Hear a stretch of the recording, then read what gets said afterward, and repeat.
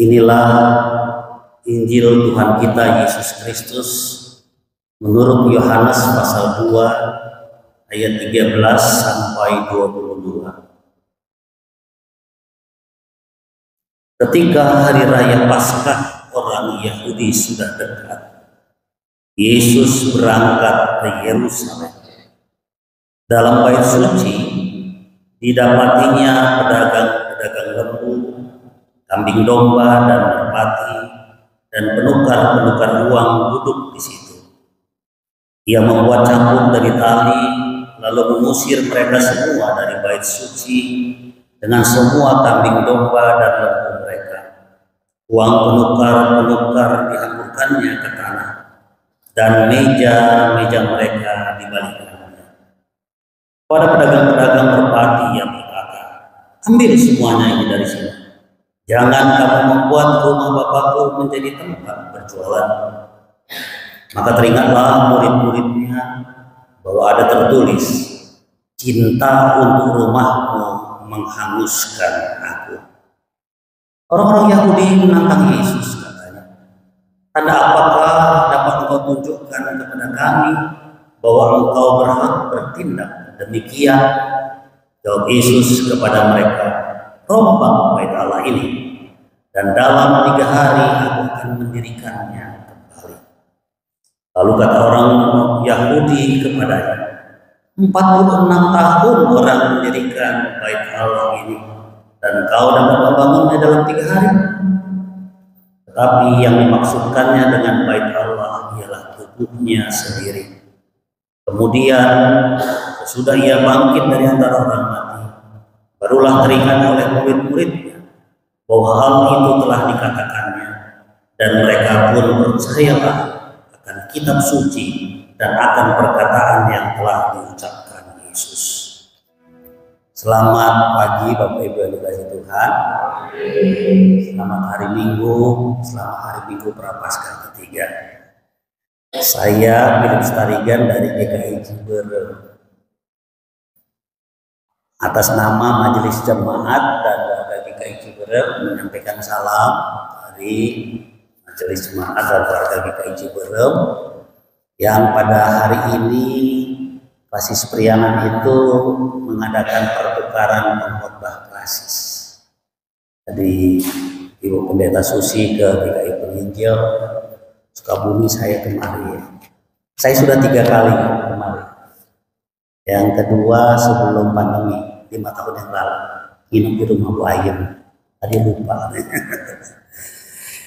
Maka dikasih Tuhan, permisi tanya nih. Bapak Ibu,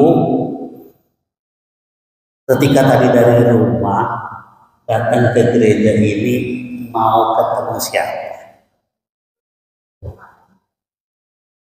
Wah, Bu Ayem langsung tuh kan katanya, nggak kasih kesempatan yang lain ya. Ya 100. Tapi benar-benarkah kita mau? Jangan mau ketemu pendeta Syekh Alun, mari ya. Ibu Pendeta Susi, Majelis Jemaat Penakwa dan Diaken, atau mau ketemu Sohib Bensin. Yang lebih parah lagi, mau ketemu prospek. Ada lokal, ada kantor.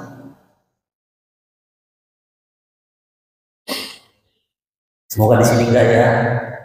Di sini mah semua datang ke gereja, ke rumah Tuhan, memang mau berjumpa dengan Tuhan.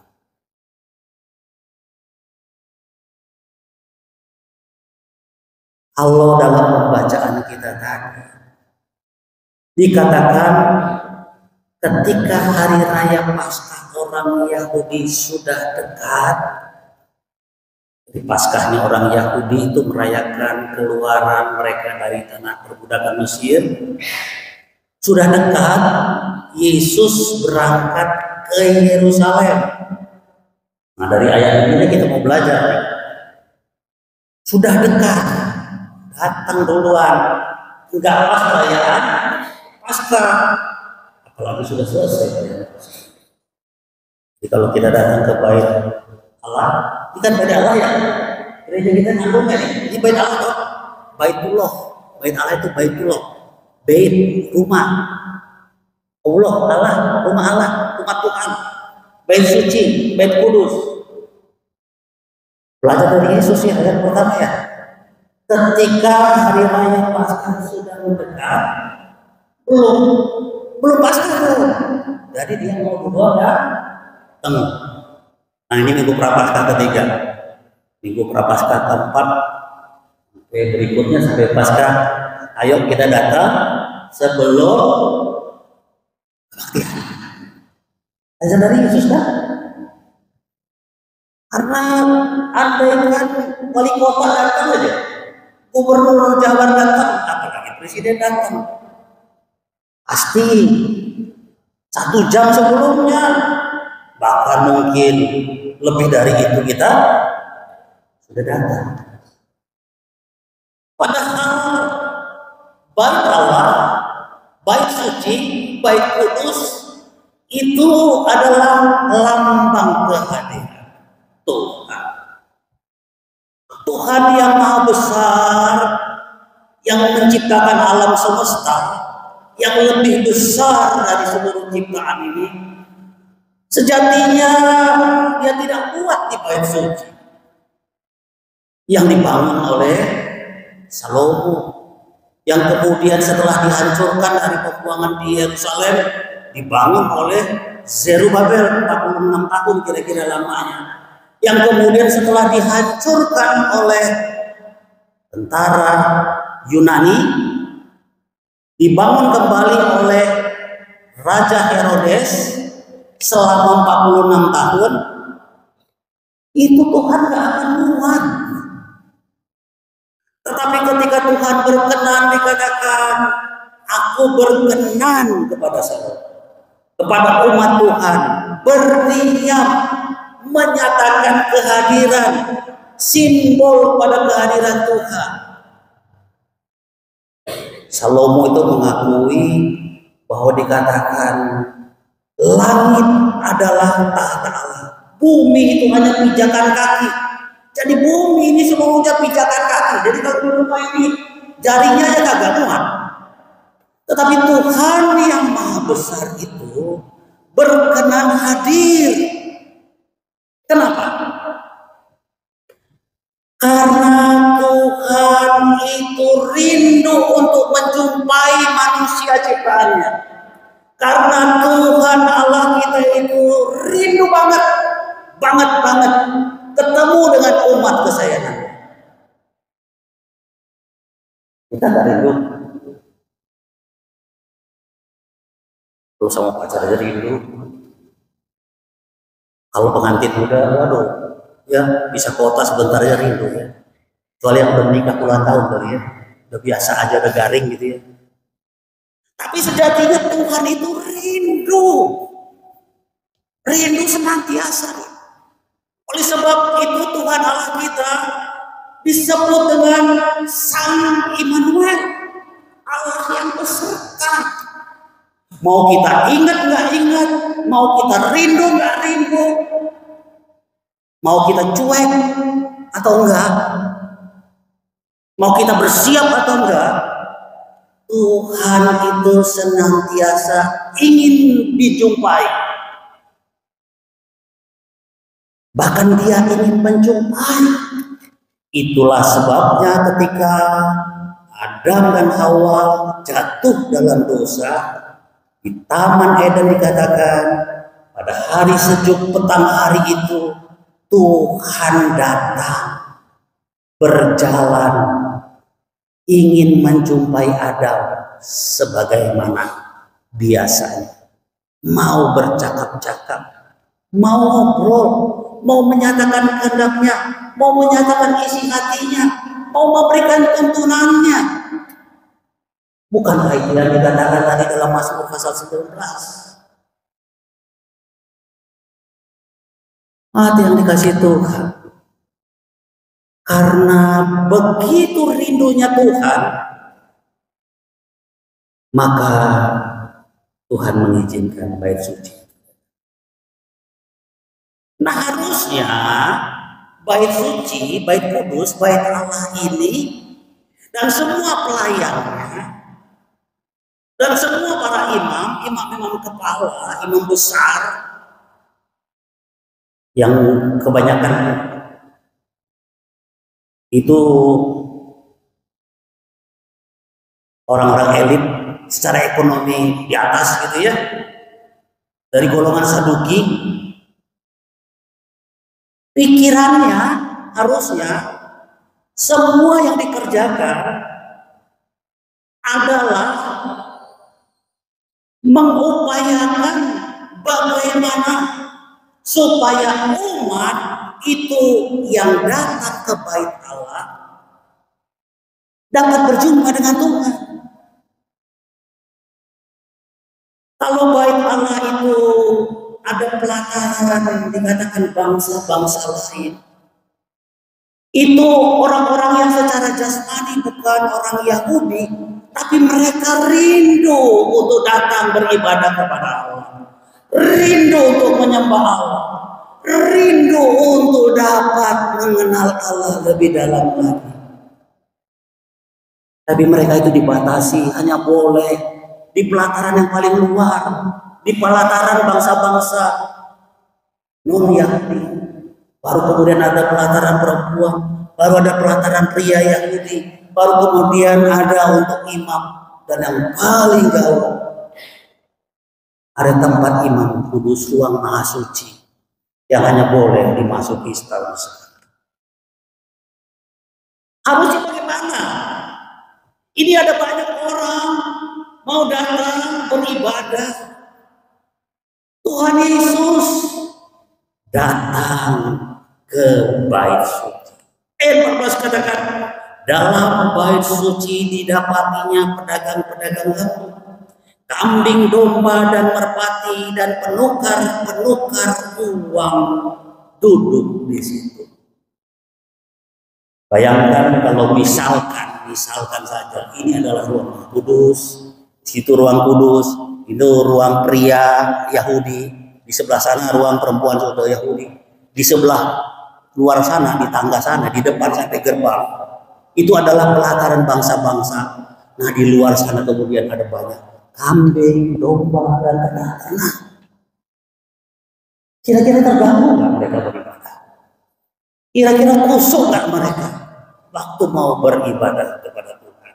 Ketika mau mendengarkan pemberitaan pembacaan Taurat,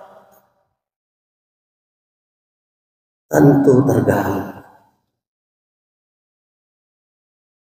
Mana kasih Tuhan, pelayanan gereja dan semua yang melayani gereja, majelis jemaat, penatua, diaken, pendeta, semua komisi, bahkan semua warga jemaat, sebetulnya cuma satu: bagaimana semua aktivitas kita, bagaimana semua kegiatan kita, bagaimana semua program yang kita buat, bagaimana semua duit yang kita habiskan, anggaran yang menyusun persertaan, supaya dalam semuanya itu setiap orang, setiap umat Tuhan dapat berjumpa dengan Tuhan, mengenal Tuhan dengan lebih baik, percaya Tuhan dengan lebih teguh, mengasihi Tuhan dengan lebih sungguh. Setuju? Kalau nggak sia-sia, capek-capek melayani, habis duit banyak, ketemunya lagi. Kalau ketemu orang mah dimanapun bisa. Secara sosial kita jumpa dengan saudara, dengan tetangga, dengan sahabat dimanapun. Tetapi Tuhan menyediakan khusus gedung gereja GKI Rahmani yang megah, bahkan lebih bagus daripada GKI Rahmani, lebih besar loh, supaya setiap jemaat, bahkan bukan hanya jemaat, setiap orang yang datang itu melalui apapun yang kita lakukan dapat berjumpa dengan Tuhan. Sampai sini setuju? Benar? Dalam persekutuan gitu ya, Ya kan bukan menghabisin waktu karena cim-cim, ya, ada waktu lah. Ya ibu-ibu kan, ya ada waktu gitu. Ya daripada nggak ada kerjaan, datanglah ke persekutuan. Ya udah kangen, udah lama. Itu boleh, it's okay. Tetapi harusnya dalam semua kegiatan gereja kita itu kita mengalami perjumpaan dengan Tuhan.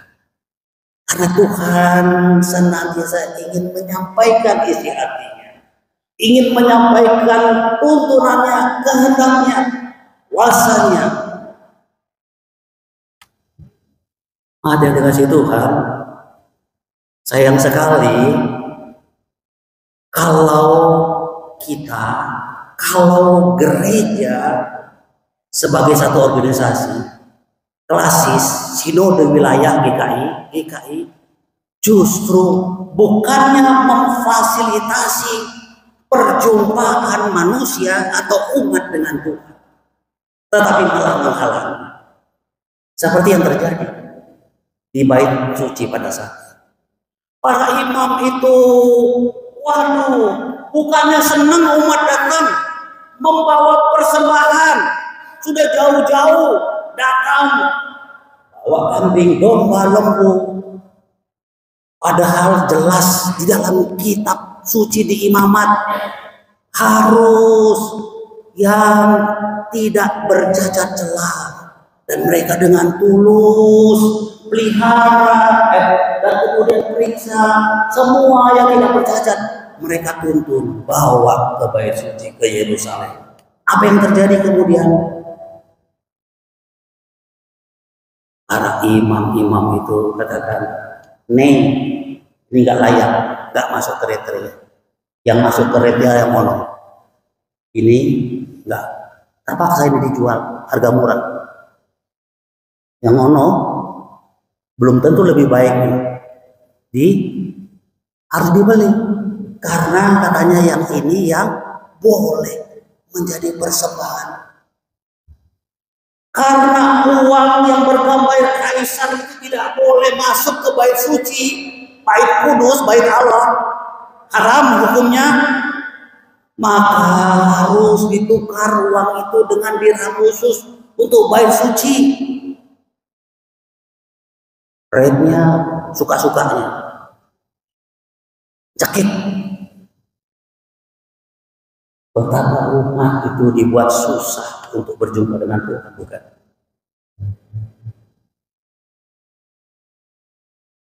Ada yang dikasih Tuhan, inilah yang Yesus koreksi. Inilah yang Tuhan Yesus perbaiki. Ini bukan kali pertama Tuhan Yesus datang ke bait suci. Setiap orang Israel di atas 12 tahun itu setiap tahun 3 kali ke Yerusalem naik haji. Haji itu pertama-tama ada di Yerusalem. Naik haji, ya. Naik ke gunung Yerusalem. Maka lagunya "Ku mendaki ke bukit Sion", gitu kan? Naik. Radius 20 km mah pria-pria itu wajib. Tapi lebih dari itu kalau mau, wah, mereka mau, rindu sekali datang. Dan Yesus beserta kedua orang tuanya, katakan umur 12 tahun itu datang.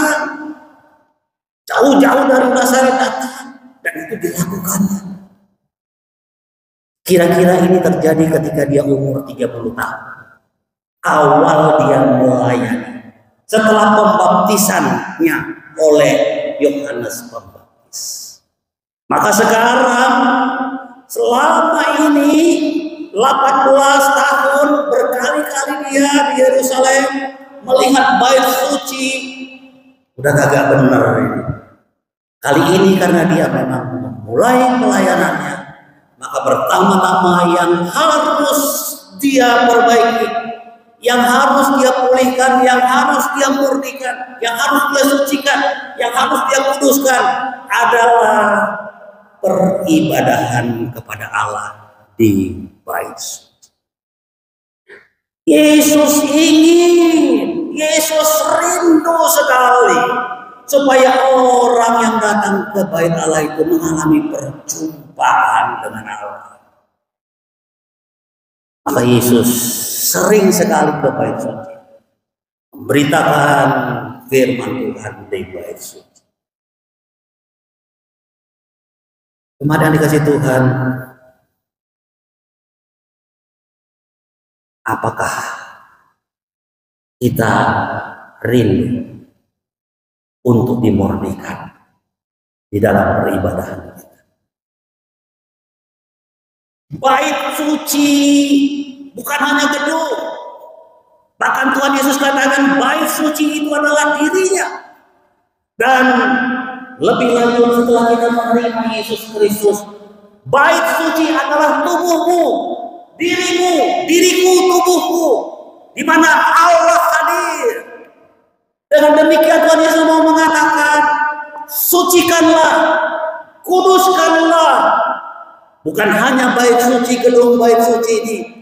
Karena Tuhan Yesus tahu gedung bait suci ini akan segera dirobohkan. Dan itu benar terjadi, dirobohkan 40 tahun setelah kematiannya oleh Jenderal Titus, pasukan Romawi. Lalu bait suci yang adalah lambang kehadiran Allah akan digantikan oleh bait suci yang sedang ada di dalam bait suci, yaitu Yesus Kristus. Yang ketika dikatakan rombaklah bait suci, maka aku akan membangunkannya, mendirikannya kembali dalam 3 hari. Itulah bait suci. Jemaat yang dikasih Tuhan, kalau kita datang ke gereja, di gereja ini Tuhan nggak ada, misalkan, mau nggak kita merayakan Paskah, kematian dan kebangkitannya, atau merayakan Natal, asik kita ya kan, ramai, ya kan, gitu kan? Tapi Tuhannya adanya di luar. Kira-kira mau nggak? Kan enggak kan? Nah ini Tuhan Yesus datang. Lambang bait suci itu gedung, tapi kini siapa yang diperlambangkan sedang datang dan melakukan restorasi, pembaharuan, reformasi dalam peribadahan, supaya mereka mengenal Allah sejati di dalam diri Yesus Kristus.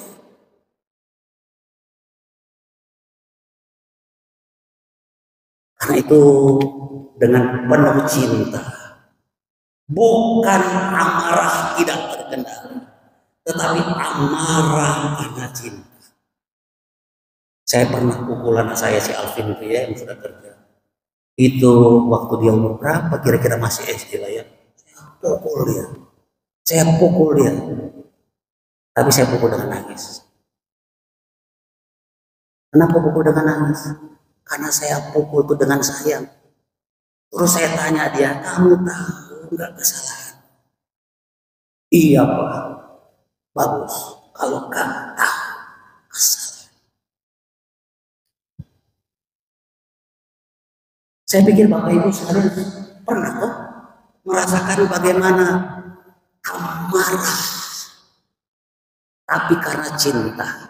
Inilah marah yang kudus, marah yang suci. Tapi kebanyakan kita marahnya bukan marah yang suci, marah yang kudus. Marah karena nggak dapet, marah karena gak kebagian, marah karena ya disingkirkan gitu ya, disepelekan. Marah boleh, tapi kita marah apa yang Tuhan tidak suka. Boleh marah?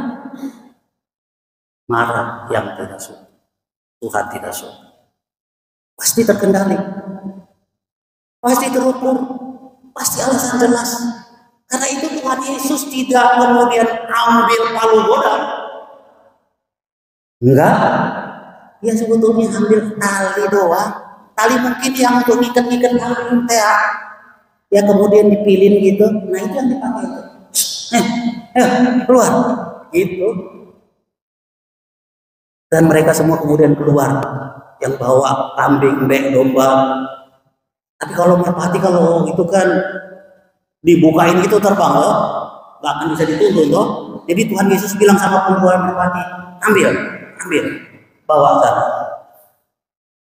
Jangan jadikan rumah Bapakku menjadi sarang penyamun. Jangan menjadikan rumah Bapakku najis hanya untuk mencari kepuasan, pemuasan, keuntungan materi dengan segala kelicikanmu.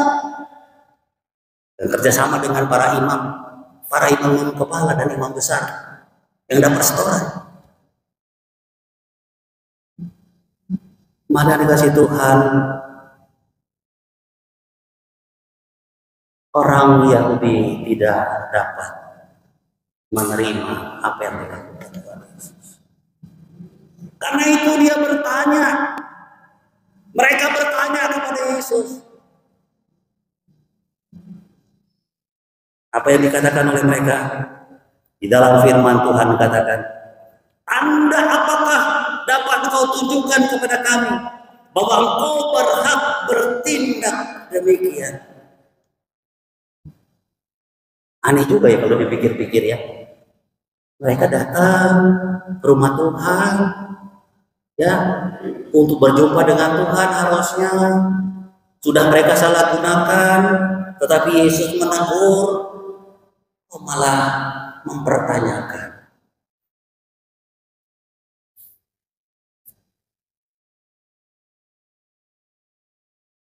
Mereka mau bukti, mau tanda.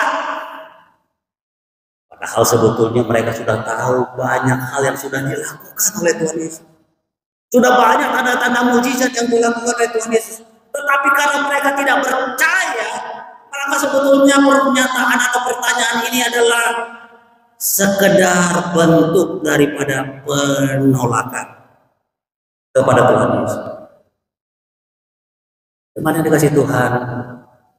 Apakah kita ketika Tuhan Yesus mau mengoreksi kita, mau menegur kita, entah dengan cara bagaimana? Bisa banyak cara Tuhan. Mau menegur kita, mau mengingatkan kita, mungkin dengan teguran yang halus, teguran yang lembut, mungkin dengan masalah yang sepele, sampai dengan masalah yang berat.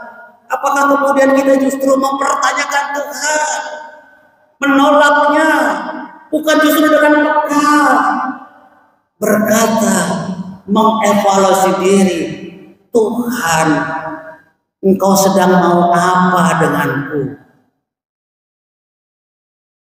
Apa yang Tuhan kehendaki dengan semua yang kualami saat ini? Apa yang harus ku koreksi? Jangan minta tanda lagi, mujizat lagi. Kalau Engkau Tuhan, lakukanlah mujizat-Mu.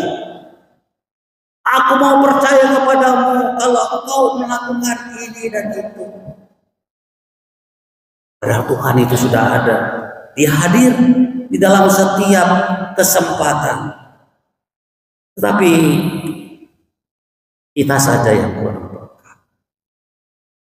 Tapi nggak apa-apa lah. Tuhan Yesus kemudian sebetulnya mau juga sedikit memberikan tanda. Bukan tanda mukjizat, tetapi dia sampaikan perkataan ini. Rombak bait Allah ini, dan dalam 3 hari aku akan mendirikannya kembali. Oh, ini perkataan yang gak masuk akal. Tetapi sesuatu yang gak masuk akal jangan langsung kita tolak, harusnya kan gitu ya. Harus coba kita cerna apa maksudnya. Ya kita sekarang sudah tahu. Maksudnya adalah Kristus yang akan bangkit setelah kematian. Tetapi mereka tidak bisa memahami, karena mereka memang cenderung mau menolak Tuhan Yesus.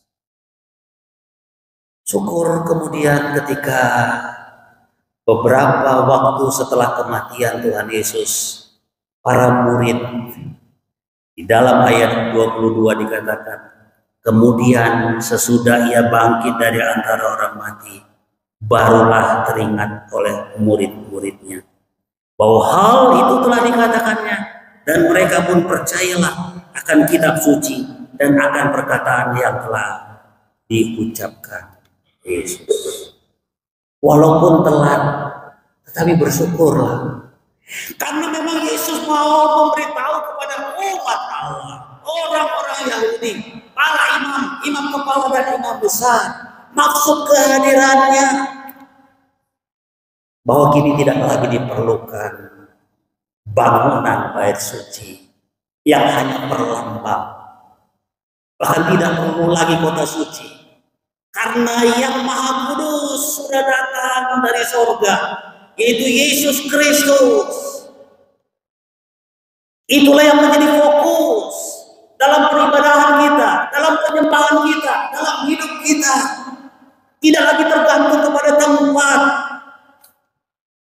Dan dia adalah sang Immanuel yang setelah kematian, kebangkitan, kenaikannya ke surga, mengutus Roh Kudusnya untuk senantiasa ada di dalam kehidupan kita. Maka yang dikasih Tuhan, kalau dalam masa Prapaskah yang ketiga ini, apakah yang menjadi fokus kita? Lilin yang dinyalakan mau menyatakan bahwa penderitaan memang harus dilalui kalau mau mendapatkan keagungan. Tetapi kita tidak boleh fokus kepada penderitaan, tetapi kepada Kristus yang akan datang mengalahkan semua penderitaan di atas penderitaan, yaitu kematian, bahkan kematian kekal. Kalau begitu, baiklah, sebagaimana kitab Keluaran tadi mengatakan, aku ini kasih aturan, kasih cara hidup yang baru, kasih tuntunan hidup yang baru sebagai tanda umatku. Itulah 10 perintah Tuhan. Inilah tandanya umatku, umat yang kudus, di mana aku berkenan kepadanya. Demikian juga kita yang dikatakan adalah bangsa terpilih, imamat yang rajani, bangsa yang kudus, umat kepunyaan Allah. 10 perintah ini mau menunjukkan bagaimana Allah yang kudus, sehingga umat harus hidup sebagaimana yang Dia kehendaki.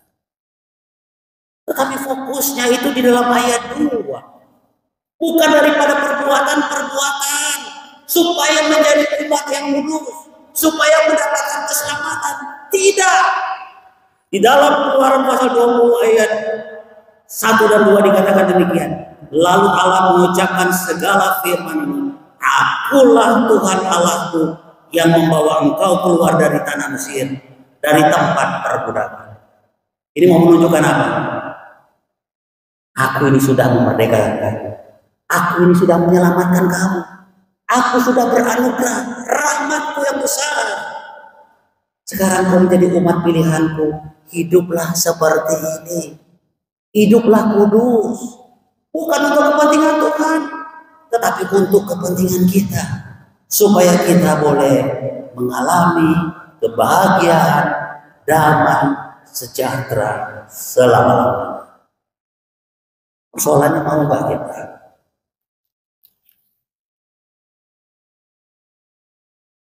Mau cari selamat? Mau cari bahagia? Mau melakukan apa? Kan banyak orang supaya sehat, makan ini, minum ini, beli ini, beli itu. Supaya bahagia, lakukan ini, lakukan itu. Ini di WA group banyak sekali ya dia. Supaya happy kalau orang tua begini. Tapi Tuhan Yesus katakan tidak. Firman Tuhan mengatakan tidak. Perbuatan Allah di dalam Yesus Kristus itu yang membuat kita mengalami kebahagiaan, damai sejahtera, sukacita selama-lamanya. Persoalannya mau nggak? Mau terima nggak? Kisah di bait suci mengatakan Tuhan Yesus itu mereka tahu. Dalam pembacaan 1 Korintus tadi dikatakan orang Yahudi selalu aja minta tanda. Kurang apa tanda orang bagi orang Yahudi? Di Mesir 10 bulan waktu keluar dalam perjalanan terus, udah di tanah perjanjian terus, tapi toh mereka terus menolak Tuhan. Orang Yunani itu dikatakan mencari hikmat. Wah, otaknya mikir terus. Sophia, hikmat, kebijaksanaan, filosofi. Mencari hikmat, pikir. Wah, supaya bisa hidup bahagia, hidup dengan damai sejahtera. Tapi pemberitaan salib yang dianggap oleh dunia ini kebodohan. Bagi orang, tadi baca 1 Korintus tadi, orang-orang Yahudi menghendaki tanda dan orang-orang Yunani mencari hikmat. Tetapi kami memberitakan Kristus yang disalibkan untuk orang-orang Yahudi suatu batu sandungan, dan untuk orang-orang bukan Yahudi suatu kebodohan. Tetapi untuk mereka yang dipanggil, baik orang Yahudi maupun orang bukan Yahudi, Kristus adalah kekuatan Allah dan hikmat. Tinggal menerima, percaya. Allah sudah bertindak, Allah sudah berkarya, Dia sudah datang. Dia mau supaya kita dapat senantiasa berjumpa dengan Dia. Dia menghancurkan semua penghalang untuk semua kita dapat langsung berdoa kepada Tuhan, datang kepada Tuhan, mohon ampun, mohon pengampunan dosa dari Tuhan, minta pertolongan dari Tuhan. Apalagi yang kurang? Tapi seharusnya sebagai ungkapan syukur kita, karena cinta Tuhan yang menghanguskan, dikatakan Dia itu terus memburu kita, mengajar kita, bukan hanya kita supaya bisa masuk ke rumah Tuhan, tapi berjumpa dengan Tuhan, mengalami Tuhan, dan hidup bersama Tuhan. Moga kita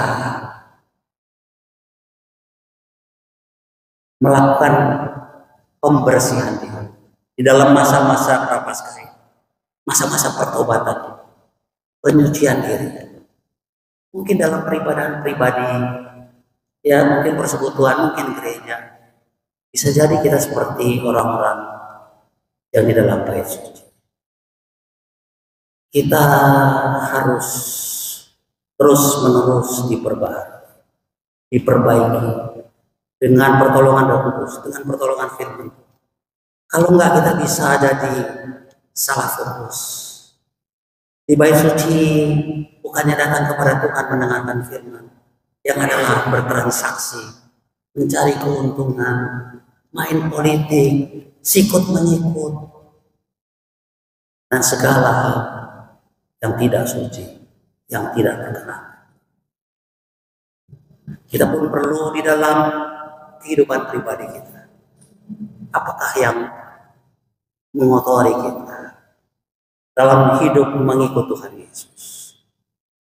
Apakah kita mencari Tuhan, fokus pada mencari Tuhan, percaya kepada firman-Nya yang mengatakan, carilah dahulu kerajaan Allah serta kebenarannya, maka semuanya itu akan ditambahkan kepada.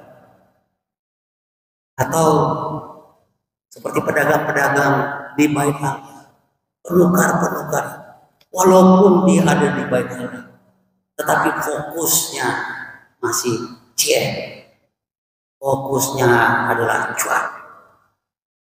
Yang dia kerjakan kantor untuk kehidupan, seolah-olah Tuhan itu tidak berkuasa, seolah-olah Tuhan itu tidak mengasihi kita, seolah-olah kita harus melakukan semuanya.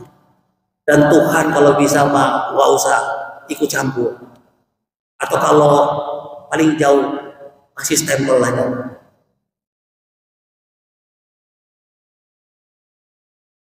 Maukah kita menuruti? Maukah kita menerima kalau Tuhan itu mendengar? Karena amarahnya, tegurannya penuh kasih. Seorang teolog mengatakan, kalau kita tidak mau mendengar teguran Tuhan dengan suara yang sayu, maka dia akan menggunakan megafon supaya kita nggak budek. Bisa segala hal dia pakai menjadi megafon. Bisa penderitaan, sakit, penyakit, kerugian yang besar dan sebagainya. Harapan kita tentu kita tidak mau sampai harus mengalami dulu semuanya itu, baru kita sadar dan kembali kepada Tuhan. Seandainya orang-orang di bait suci itu tahu Yesus yang setia, kalau dalam gambaran saya dari umur 12 sampai 18 tahun, setidak-tidaknya 3 kali 18, dia pasti akan melihat ini ngapain ini ya. Mungkin dia akan lihat gini tuh ya, kalau datang. Tapi memang belum waktunya. Tapi kagak peka. Tapi harusnya hari itu, ketika dia sudah mulai begini, ya, milin tali-tali mbek itu, mau bikin cambuk, wah, kalau mereka langsung peka, gitu ya, mungkin mereka akan segera minta ampun dan bertobat, dan kemudian datang beribadah dengan sungguh-sungguh. Sehingga semua orang, bahkan bangsa-bangsa yang lain yang jauh pun boleh datang kepada Tuhan. Bukankah itu kerinduan Tuhan? Kita dipilih Tuhan, kita diselamatkan oleh Tuhan oleh karena anugerahnya, bukan karena kita lebih baik, tetapi ketika kita sudah menerima anugerah Tuhan, orang kemudian boleh datang melihat Tuhan melalui kita. Kita tidak justru menghalangi Tuhan dengan semua perbuatan dosa kita, atau menghalangi Tuhan dengan semua kebesaran kita, menyombongkan diri, tetapi justru dengan kerendahan hati, melihat bagaimana kuasa kasih Tuhan dalam hidup kita. Walaupun orang dunia bilang itu adalah kebodohan, tetapi dalam pandangan Tuhan, memang Injil Allah yang dianggap dunia adalah kebodohan adalah menjadi kekuatan kuasa Allah dan hikmat. Kiranya Tuhan menolong kita